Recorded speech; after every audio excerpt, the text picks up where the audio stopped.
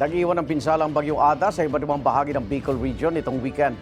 Sa Manito, Albay, napinsalang isang bamboo bridge na nagdurugtong sa barangay Itba at barangay Kawit.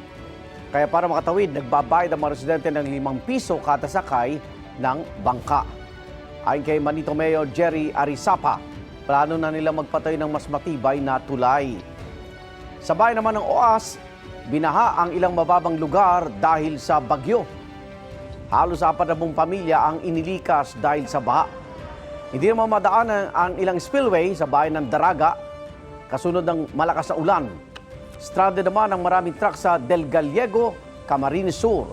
Ayon sa ilang truck driver, hindi muna sila pinabiyahe ng pulisya bilang pag-iingat sa bagyo. Papunta ang mga truck sa iba't ibang bahagi ng Bicol Region, gayon din sa Visayas at Mindanao. Igan, mauna ka sa mga balita, mag-subscribe na sa GMA Integrated News sa YouTube para sa iba't ibang ulat sa ating bansa.